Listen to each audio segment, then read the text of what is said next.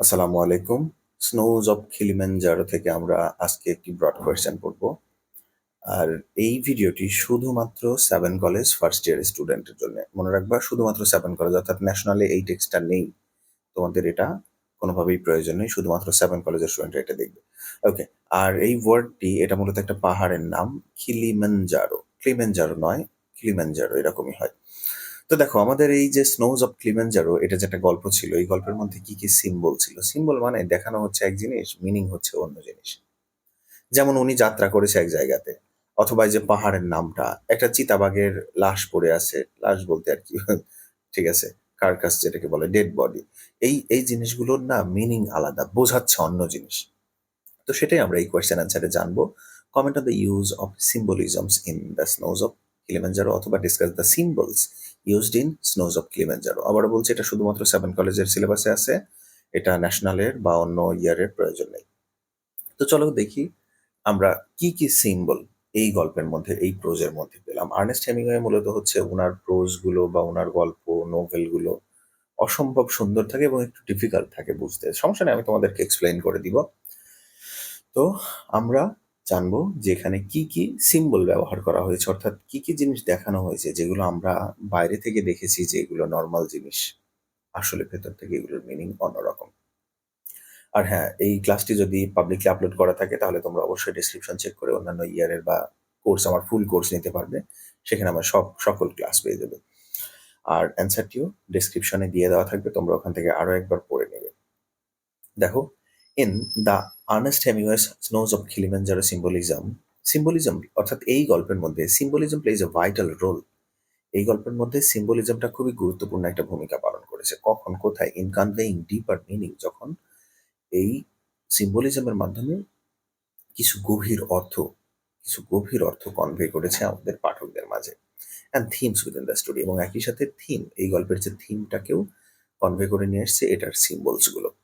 Let's explore the various symbols employed by Hemingway and their significance. এবারে চলো আমরা কিছু সিম্বলিজম গুলো দেখব এবং সেই সিম্বলিজম গুলো এক্সপ্লোর করবো, একটু ঘাটাঘাটি করে দেখা। প্রথম যে সিম্বলিজমটা, firstly, Kilimanjaro itself emerges a powerful symbol. Kilimanjaro মানেটা কি? একটা পাহাড় বা একটা পর্বত। এই পর্বত বা একটা মাউন্টেন, এটা নিজেই একটা সিম্বল। পাহাড়ের একদম চূড়াকে বলা হয় summit. The summit of Kilimanjaro symbolises heaven. পাহাড়ের চূড়াটাকে বলা হচ্ছে হেভেন বা স্বর্গ। রিপ্রেজেন্টিং পিউরিটি অ্যান্ড গুডনেস, নিষ্পাপতা, বিশুদ্ধতা, ভালো জিনিসকে বোঝাচ্ছে পাহাড়ের এই চূড়াটা। এটাকে আমরা মনে রাখার জন্য একটা জিনিস খেয়াল করো, যারা ধরো হিন্দু ধর্ম বিশ্বাসী, ওনারা কিন্তু মনে করে যে কৈলাসে হচ্ছে সমস্ত দেবদেবীরা থাকে। কৈলাসটা কি? পাহাড়ের বা পর্বতেরই একটা চূড়া। তোমার এই যে এভারেস্ট পর্বতের একটা অংশকে বলা হয় কৈলাস। তো ওই অংশ যদি মানে যে অনেক উপরে, দেবতাদের বাসস্থান বলা হচ্ছে। তো একইভাবে আমাদের এই গল্পতেও কিলিমানজারো পাহাড়ের যে চূড়া বা উপরের অংশ, সেটাকে ভালো জায়গা ধরা হচ্ছে। আর মর্ত বা আমাদের যে মাটি দুনিয়া, এই দুনিয়াটাকে খারাপ ধরা হচ্ছে। ইন কন্ট্রাস্ট, বিপরীত দিকে, দ্য প্লেন্স মানে হচ্ছে সমতল জমি, ভূমি, আমাদের দেশ আর কি, মাটি আর কি। The plain symbolises evil and confusion. এই জায়গাটা খুবই কনফিউজড এবং ইভিল মানে খারাপ, শয়তান, মানুষ খারাপ, এখানকার পরিবেশ খারাপ, সবকিছু খারাপ। The frozen carcass of a leopard, carcass মানে ডেড বডি, লোপার্ড বা লেপার্ড যাই বলো, এটার মানে হচ্ছে চিতাবাঘ, অর্থাৎ এটা চিতাবাঘ মারা গিয়েছিল, সেটা ডেড বডি পড়ে আছে। On the western summit of Kilimanjaro symbolizes immortality. Western সামিটে অর্থাৎ তোমার পশ্চিমে চূড়াতে যে পড়েছিল একটা ডেড বডি, সেটা আসলে বোঝাচ্ছে ইমর্টালিটি, অমরত্বকে রিপ্রেজেন্ট করছে, শক্তিকে রিপ্রেজেন্ট করছে, সাহসকে রিপ্রেজেন্ট করছে। বিষয়টাকে আসলে বিভিন্নভাবে এক্সপ্লেন করা যায়, এক এক বই এক এক রকম ভাবে।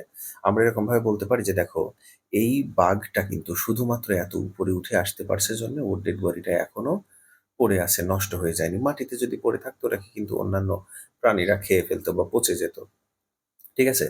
This leopard has transcended mortality by choosing the challenging path to the summit. এই লোপার্ডটা, এই চিতাবাঘটা শুধুমাত্র এই যে সামিটে আসার জন্য রাস্তাটা বেছে নিয়েছিল। দ্যাটস ওয়াই এটা এখনো মানে এখনো আছে, অস্তিত্ব আছে, জীবিত আছে বলবো না। ইন কন্ট্রাস্ট, অপর দিক থেকে, উল্টো দিক থেকে, কন্ট্রাস্ট মানে বিপরীত, the protagonist Harry is dyeing on the plains. একই সাথে দেখো আমাদের যে হিরো হ্যারি, আমাদের যে স্পিকার, সে মারা যাচ্ছে কোথায় বসে? মাটিতে। প্লেন মানে সমতল ভূমি। সমতল ভূমিতে বসে এই লোকটা মারা যাচ্ছে। আর এই লোপার্ড, একটা চিতাবাঘ, সে কিনা পাহাড়ের সামিটে উঠে আজীবনের জন্য বেঁচে আছে। সাকাম্বিং টু, এই অংশটা আমরা আর দিব না, এটা একটু কঠিন হয়ে গেছে ফার্স্ট ইয়ারের উদ্দেশ্যে। ঠিক আছে, সাকাম মানে ওই মৃত্যুর কোলে ঢলে পড়ার দরকার নেই। Harry is dyeing on the planes, আমরা শুধু এইটুকুই দিব। এই প্লেন বানানটা খেয়াল রাখবা, এই প্লেন বলতে সমতল জমির কথা বোঝায়। This stark contrast between Kilimanjaro and the plain symbolizes the struggle of for inner meaning of life and quest for redemption. Redemption মানে মুক্তি, অর্থাৎ নিঃসন্দেহে বোঝা যাচ্ছে যে এই কিলিমাঞ্জারো পাহাড়ের যে ব্যাপারটা, উপরের পাহাড় মানে কি? পাহাড় মানে একটা অংশ উপরে, একটা অংশ নিচে। এই দুটো জিনিসের ডিরেক্ট একটা অপোজিশন দেখাচ্ছে, অপোজিট দেখাচ্ছে। নিচে বসে আমাদের রাইটার মারা যাচ্ছে, আর উপরে একটা পাহাড়ের ডেড বডি দেখা যাচ্ছে, যেটা কিনা বেঁচে থাকবে হয়তো বা আরো কত হাজার বছর, যতদিন না ওখান থেকে ওটাকে নষ্ট না করা হয়। ওখান থেকে ওটা তো নষ্ট হবে না। ঠিক আছে? Harris journey to the summit of Kilimanjaro represent his search for immortality. এবং ও যে মূলত আমাদের হিরো কি করছে? হিরো কিন্তু জার্নি করছে। নিচের থেকে ও পাহাড়ে উঠতে উঠতে উপরে চলে যাবে।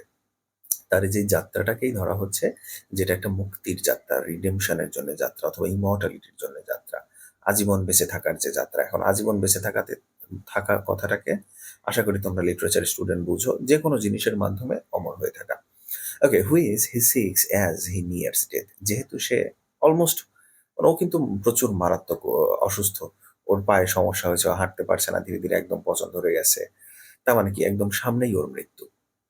ঠিক আছে? এরপরে আমরা আরো বেশ কিছু জিনিস দেখি, যেমন ভালচারের কিছু বিষয় দেখি, শকুন, আমরা কিছু হায়না দেখি। ঠিক আছে? তারপর ওর বউ যে হেলেন, এই ধনী মহিলাটার ব্যাপারেও বেশ কিছু জিনিস দেখি। তো সবই আমরা একটু একটু করে পড়বো, চলো। Vultures are introduced as another powerful symbol of the story. এই ভালচার গুলোকেও সিম্বলিজম হিসেবে দেখানো হচ্ছে। This birds of prey feed on carrion, এই পাখিগুলোকে কি বলা হচ্ছে? প্রে মানে হচ্ছে শিকার। ঠিক আছে? অর্থাৎ এই পাখিগুলো কিন্তু শিকারী পাখি, দুনিয়ার যা পায় সবকিছুকে খায় ফেলে। Harris rotting flash attracts them, হ্যারির যে পাটা, রটিং মানে হচ্ছে পচা, ফ্লেশ মানে মানুষের মাংস, ওর পায়ের যে পছন্দ ধরে গেছে, এই গন্ধ টন্ধ এইগুলো ইত্যাদি, এগুলো কি ওই ভালচারগুলো ভালচারগুলোকে অ্যাট্রাক্ট করছে। ঠিক আছে? দ্য সার্কলিং ভালচার সিম্বলাইজেস, আচ্ছা, সার্কলিং বলতে বোঝায় হচ্ছে ভালচার বা শকুন কোনো প্রাণীকে খাওয়ার আগে ওর উপর দিয়ে আকাশের উপরে গোল গোল করে ঘুরতে থাকে, সেটাকে বলছে the circling vulture symbolizes the impending horror of death. মৃত্যুর আগে যে মানুষের মধ্যে যে ভয়, এই ভয়টাকে রিপ্রেজেন্ট করানো হয়েছে মূলত এই ভালচারগুলোর দ্বারা। ঠিক আছে? And the অ্যাগনি of waiting for it, এবং মৃত্যুর জন্য অপেক্ষা করার যে যন্ত্রণাটা। তুমি দেখতে পাচ্ছ যে তুমি এক জায়গায় ঠাস করে পড়ে আছো, তুমি মারা যাচ্ছ ধীরে ধীরে, তোমাকে খাওয়ার জন্য উপরে ভালচার ঘোরাঘুরি করছে। তোমার যে যে যন্ত্রণাটা, মৃত্যুর আগের যন্ত্রণা, এই বিষয়টাকে রিপ্রেজেন্ট করা হয়েছে বা সিম্বলিক্যালি দেখানো হয়েছে কিসের মাধ্যমে? ভালচারের দ্বারা। They serve as a harbingers of Harry's impending demise and also represent the cycle of life, death and plain. এখানে যদি একটু লাইনটা লম্বা হয়ে গেছে, আমি একটু সহজ করে বলি। দে সার্ভস, অর্থাৎ দুই ভালচার গুলো, দে সার্ভ, এটুকু বাদ, impending death on the plain, অথবা they serves the impending cycle of life and death on the plain. অর্থাৎ প্লেন মানে মত্ত বা জমি, জমিতে মানুষ যে বাঁচে বাঁচে মারা যায়, জন্মগ্রহণ করে, এই যে একটা সার্কেল বা একটা সাইকেল, চক্র, এই চক্রটাকে রিপ্রেজেন্ট করা হচ্ছে ওই প্রাণীগুলোর দ্বারা। একজন মারা যাচ্ছে, তার মাংস খেয়ে আরেকজন বেঁচে আসছে, এই তো। Vultures are both tied to life, ভালচাররাও জীবনের সাথেই বাঁধা। As they keep the plain clean by consuming rotten flesh, যেহেতু এই যে নষ্ট নোংরা মাংস খেয়ে ওরা হচ্ছে কি জমিটাকে, মাটিকে হচ্ছে পরিষ্কার রাখে, এটা একটা ব্যাপার। And tied to death as this signal the death of animals, এবং আরো একই সাথে ওরা কি করে, যে কোনো প্রাণীর যে মারা যাওয়া, এই মারা যাওয়াটাকে ওরা হচ্ছে সিগন্যাল দেয়। দেখবো যে এখন তো আসলে ভালচার দেখা যায় না, একটা সময় ছিল। মনে করে যে মাঠের মধ্যে কোনো একটা গরু বা অন্য কোনো প্রাণী মরে পড়ে আছে, এটা অনেক দূর থেকে বোঝা যাবে কিভাবে? যে উপরেই কিছু ভালচার বা শকুন হচ্ছে উড়তে থাকে, গোল গোল করে উড়তে থাকে, এটা বহু দূর থেকে তৎকালীন সময় মানুষ বুঝতে পারতো যে ওখানে কোনো একটা মৃত ডেড বডি কিছু একটা পড়ে আছে। ওকে, তো তারপর দেখো, their presence at a critical moment, এবং এই ভালচারগুলোর যে একটা ক্রিটিক্যাল মোমেন্টে তারা এসেছে, সামনে এসেছে, ইন হ্যারিস লাইফ, হ্যারির জীবনে, both his prime and during impending death, তার সেরা সময়ও ছিল, প্রাইম বলতে ভালো সময়, আবার মৃত্যুর জন্য অপেক্ষা করছে হ্যারি, এখন মারা যাবে কিন্তু, এরকম একটা সিচুয়েশন তৈরি হয়ে গেছে। এই সময় ওই ভালচারগুলোকে দেখতে পাচ্ছে। অ্যান্ড এই জিনিসগুলো these underscores their significance in foreshadowing his physical death, এবং এই পুরো বিষয়টা, এই পাখিগুলো, শকুনগুলো, তার যে ফিজিক্যাল ডেথ, শারীরিক মৃত্যুটার ক্ষেত্রে, মানে শারীরিক মৃত্যু, একে তো মৃত্যুর দিকে এগোচ্ছে আর কি, এই পাখিগুলো এই বিষয়টাকে ওকে বারবার স্মরণ করিয়ে দিচ্ছে, মনে করিয়ে দিচ্ছে। ফোরশ্যাডোয়িং এর আসলে ওরকম কোনো অর্থ হয় না, বোঝায় যে হচ্ছে আবছায়া টাইপ কোনো একটা বিষয়। এবারে হচ্ছে হায়না। হায়না কিন্তু পৃথিবীর সবচেয়ে মারাত্মক একটা প্রাণী। হায়না অ্যাজ এ স্ক্যাভেঞ্জার্স, স্ক্যাভেঞ্জার বলতে বোঝায় মাংসাশী বা শিকার করে মাংস ছিলে খায় যে সমস্ত প্রাণী, তারা। Hyena as a scavengers and skilled hunter that feed on carrion, যে প্রাণীগুলো কি করে, যে প্রাণীগুলো মাংস বা ফ্লেশ খায়, ক্যারিয়ন মানে হচ্ছে পচা মাংস বোঝায়। তো হান্টার বলতে শিকারী। Okay, also symbolizes death in the story, এই গল্পে এই হায়নাগুলো হচ্ছে মৃত্যুকেই সিম্বলাইজ করে। হায়নাকে দেখা যাওয়া মানে একরকম মৃত্যু, সামনে যে আছে ওকে খেয়ে ফেলবে, হায়নারা দল বেঁধে চলে, যা পায় সব খায় ফেলে। Okay, Harry and Helen witnessed a hyena's repeated presence, Harry এবং হেলেন দুজনেই দেখতে পাচ্ছিল যে একটা হায়না বারবার তাদের সামনে আসছে। এটার লক্ষণ বিভিন্নভাবে খারাপ হতে পারে। অমিনাসলি মানে খারাপভাবে, ক্রসিং এ হিল, একটা পাহাড় পার হচ্ছে, ফোরটেলিং হ্যারিস ডেথ, ফোরটেলিং মানে ভবিষ্যৎবাণী করছে, অর্থাৎ বারবার হায়না তাদের সামনে আসছে, এর মানে বোঝাচ্ছে যে ভবিষ্যৎবাণী করে যাচ্ছে যে হ্যারি তুই খুব শীঘ্রই মারা যাবি। The moment when the hyena slips along the edge of the hill signifies Harry's impending diminish, ঠিক এক মুহূর্তে যখন হায়নাটা কি করে, স্লিপ করে পাহাড়ের অংশ থেকে, এটা আরো বোঝায় যে হ্যারিও মারা যাবে খুব শীঘ্রই। মানে বিষয়গুলো দেখাচ্ছে এরকম ভাবে, হ্যারির মাথার মধ্যে তখন জাস্ট মৃত্যু ছিল। গল্পটা আসলে একটা মারাত্মক গল্প। Okay, finally the hyena make a noise outside the range of the fire, Harry recognize death approach, এবং ফাইনালি যখন এটা আওয়াজ করে তখনও এটার মাধ্যমে, আমি হচ্ছে দেখো এখানে এই হায়না নিয়ে এতটুকু আমি লিখেছি, তোমাদের যে এতটুকুই লিখতে হবে তা কিন্তু না, তোমরা এখান থেকে পুরোটাই পড়বে বা ভিডিওটা দেখবে ২-৩ বার দেখার পরে এখান থেকে যা মাথায় থাকে, যা মনে থাকে সেটুকু নিজের মতো করে লিখবে। হুবহু কপি করার চেয়ে নিজের মতো করে লিখলে টিচাররা বরং বেশি খুশি হয়। ঠিক আছে? তো এই হায়নার আসা, হায়নার যাওয়া, হায়না স্লিপ করা, হায়না যে আওয়াজ করে, এই প্রত্যেকটা বিষয়ই হ্যারির মৃত্যুটাকে রিপ্রেজেন্ট করে। When the hyena passes on his chest, it symbolizes the ultimate surrender to death. যখন হায়না একদম তার পাশ ঘেঁষে চলে যাচ্ছিল, হায়না এমন একটা প্রাণী, মানে বাঘ মনে করো, তোমার একদম গা ঘেঁষে চলে যাচ্ছে। তার মানে কি? তোমাকে মৃত্যুর একটা সংবাদ দিয়ে যাচ্ছে। এবারে চলো আমরা হ্যারির ওয়াইফ হেলেন, হেলেন বা ওর বউকে কিভাবে কি দেখানো হয়। Harry's wife Helen is portrayed as a symbol of danger and threat. ওর বউটাকে মূলত ভয়ের একটা সিম্বল হিসেবে দেখানো হয়েছে। She introduces wealth into Harry's life. আচ্ছা, তোমাদের একটু বলে রাখি, এই মহিলাটা কিন্তু হচ্ছে টাকা পয়সার একটা ব্যাপার ছিল এখানে। হ্যারির জীবনে টাকা পয়সা জিনিসটাকে পরিচয় করিয়ে দিয়েছে এই মহিলা, হু ইজ আলটিমেটলি করাপ্টস হিম, এবং যে টাকার কারণে এই লোকটা কি হয়ে গেছে, করাপ্টেড হয়ে গেছে।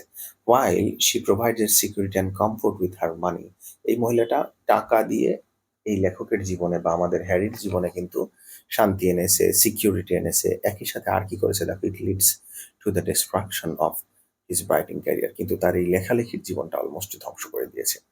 Hemingway uses Helen to ইলিস্ট্রেট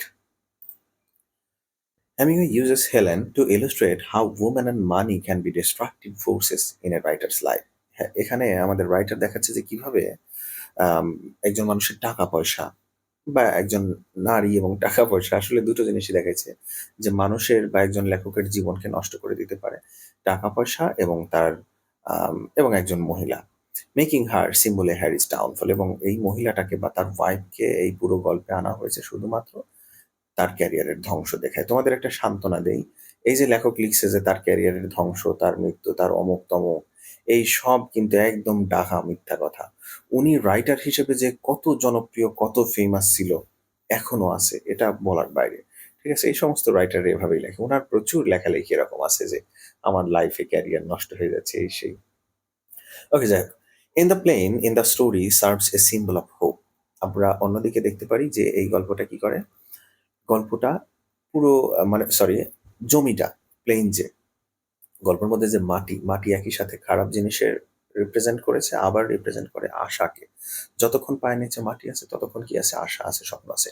Harry and Helen await A rescue plan. ওরা দুইজনই বসে বসে কি করছিল? যে আমাদেরকে কেউ না কেউ উদ্ধার করবে।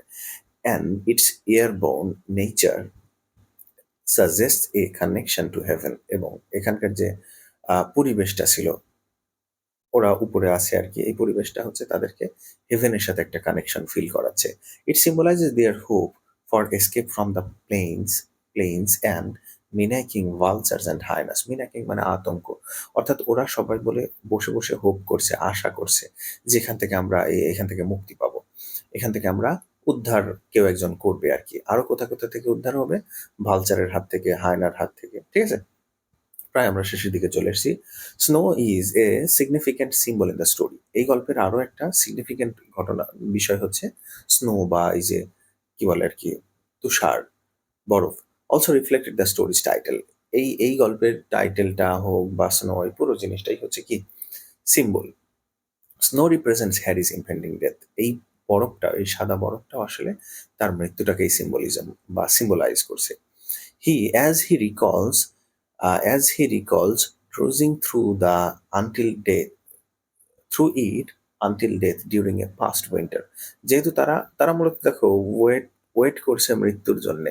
এই শীতের পুরো সময়টা যেহেতু এখানে বরফ আছে, ওদের আটকে থাকতে হবে, বেরোতে পারবে না, পা নষ্ট, হাঁটতে পারবে না, গাড়ি তো নেই, ঠিক আছে। তো পুরো বিষয়টা মূলত হচ্ছে ডেথকে রিপ্রেজেন্ট করে। It symbolizes his failure as his writing career and serves as a reminder of his mortality। এবং একই সাথে তার মৃত্যু, তার ক্যারিয়ারের ধ্বংস, এই পুরো বিষয়টাকেই রিপ্রেজেন্ট করে।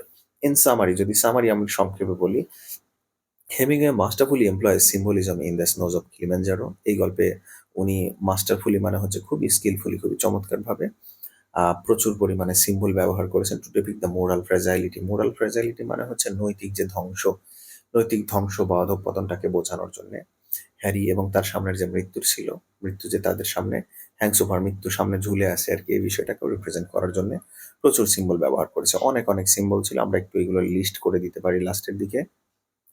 যেমন কিলিমানজারো নিজে একটা সিম্বল, ভালচার একটা সিম্বল, হায়না একটা সিম্বল, হেলেন সিম্বল, ঠিক আছে, সমতল জমি এটা সিম্বল, স্নো বা কি বলে শুভ্র যে তুষার, সেগুলো সিম্বল। এই প্রত্যেকটা জিনিসের সিম্বল, এগুলো খুবই গুরুত্বপূর্ণ কিছু symbol. All contribute the rich and layered narrative. Layered narrative মানে ধরে ধরে সাজানো এরকম গল্প বোঝাচ্ছে, হ্যাঁ। Allowing readers to delve into the deeper theme and emotion within the story. এবং এইগুলোর মাধ্যমে পাঠকরা কি করতে পারে? গল্পের আরো গভীরে ঝাঁপ দিতে পারে বা ডুবতে পারে। আর পরের অংশ তোমরা দেখে নিও। চলো আমরা পুরো গল্পটাকে বা পুরো কোয়েশ্চেন অ্যান্সারটাকে আমরা একটু সামারি করি আবার।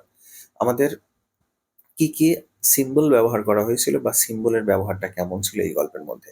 একদম শুরুতে আমরা বলবো যে এই পুরো গল্পের নাম বা কিলিমেঞ্জারো সবকিছু, প্রত্যেকটা জিনিসই সিম্বল, ঠিক আছে। কিলিমেঞ্জারো নিজে একটা পাওয়ারফুল সিম্বল। কিসের সিম্বল? এটা হচ্ছে সততা, পিওরিটি, ভালো জিনিস, স্বর্গ, এগুলোর সিম্বল। নিচে মাটিটা হচ্ছে খারাপ, ইভিল, এই সমস্ত জিনিসের সিম্বল। মাটি যে আশার সিম্বল, সেটা আমরা লাস্টে গিয়ে লিখবো, ঠিক আছে। এছাড়া আমরা দেখতে পারি ভালচার। ভালচার বারবার ঘোরাঘুরি করেছিল হ্যারির মাংসের গন্ধ পেয়ে। এই জিনিসটা আসলে বোঝাচ্ছে যে তার শারীরিক মৃত্যু খুব শীঘ্রই ঘটবে, তাকে ভালচাররা খেয়ে একদম ধ্বংস করে ফেলবে।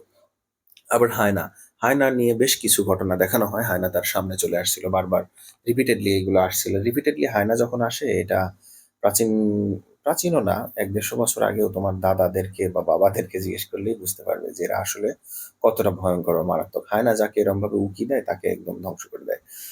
তো এই হায়নার আশাটাও বোঝাচ্ছিল যে হ্যারির মৃত্যু একদমই আসলে ঠেকানোর কোনো উপায় নেই। আবার হ্যারির বউ, এই মহিলাটাকে সিম্বলিক্যালি দেখানো হচ্ছে যে একজন রাইটার বা একজন মানুষের ক্যারিয়ার ধ্বংস করতে টাকা এবং একজন মহিলা তার চাইলে তার ক্যারিয়ার ধ্বংস করে দিতে পারে, ঠিক আছে। যদিও তাকে টাকা পয়সা দিয়ে সিকিউরিটি দিয়েছে, কিন্তু আবার ক্যারিয়ারটাও নষ্ট করে দিচ্ছে। তারপর আবার যে জমি, যে প্লেন, এই প্লেন জিনিসটা কি সিম্বলাইজ করছে? প্লেন জিনিসটা সিম্বলাইজ করছে তার আশা, স্বপ্ন, হোক। তো আশা করি যে আমরা বুঝতে পেরেছি। আর তোমরা জাস্ট একটু মনে রাখার জন্য যে এই লাইনটা মুখস্থ করবে, হ্যাঁ। এই লাইনটা মুখস্থ করলে হবে কি, তোমরা এই প্রত্যেকটা জিনিস অ্যান্সারের মধ্যে এক্সপ্লেইন করে দিলে অ্যান্সারটা হয়ে যাবে। তো এটাই ছিল আজকের ভিডিও। তোমরা যারা আমার ফুল কোর্স নিতে চাও, আরেকবার ডেসক্রিপশন চেক করবে। আজকের ভিডিও পর্যন্তই। ভালো থেকো, আল্লাহ হাফিজ।